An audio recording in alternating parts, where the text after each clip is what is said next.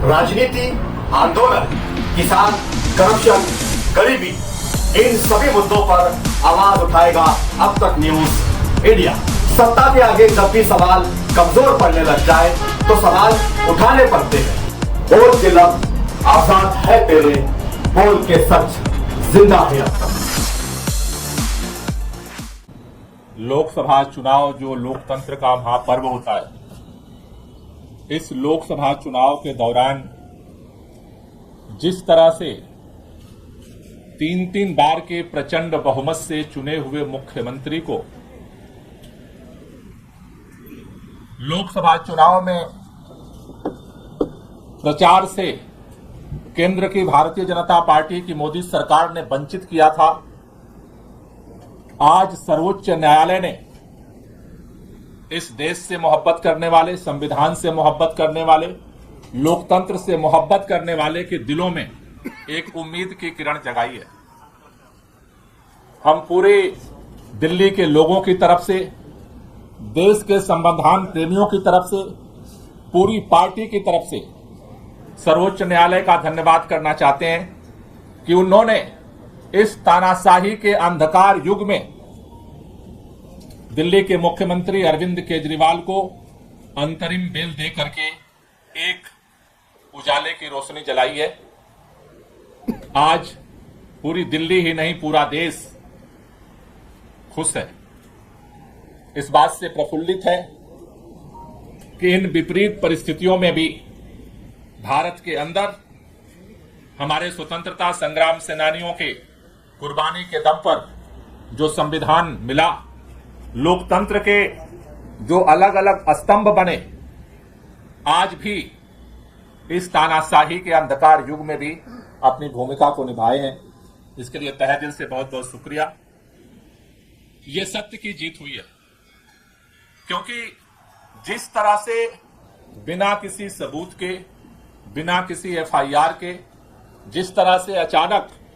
उठा करके मुख्यमंत्री जी को जेल में डाला गया, आज सुप्रीम कोर्ट के अंतरिम बेल मिलने से एक बात साबित हुई है कि आज सत्य की जीत हुई है और लोगों में एक उम्मीद की किरण बंधी है। मैं पूरे दिल्ली के लोगों से, देश के लोगों से एक ही बात कहना चाहता हूं कि जो इस देश के अंदर हम सब ने मिलकर के